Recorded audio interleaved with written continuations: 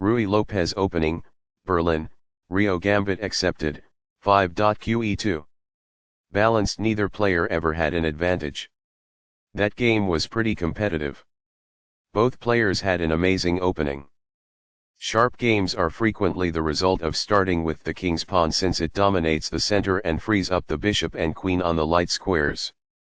A typical answer is e5, which builds a position in the middle, controls d4, and frees up the queen and bishop on the dark square.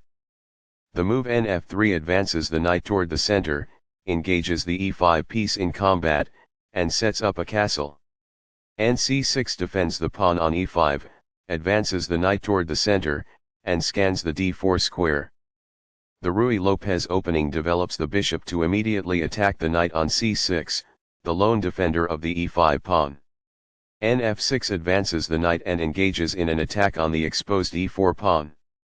Castling gets the king out of the center and activates the rook. nxe4 captures the e4 pawn and places the knight in the center of the board, where it controls many important squares. qe2 develops the queen and attacks the e4 knight. The knight is thus brought to safety.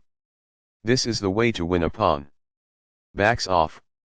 That pawn was free for the taking.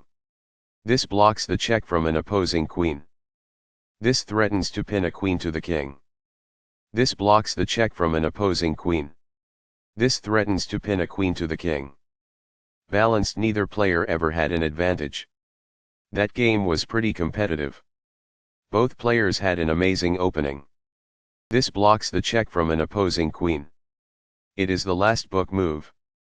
Balanced, neither player ever had an advantage. That game was pretty competitive. Both players had an amazing opening.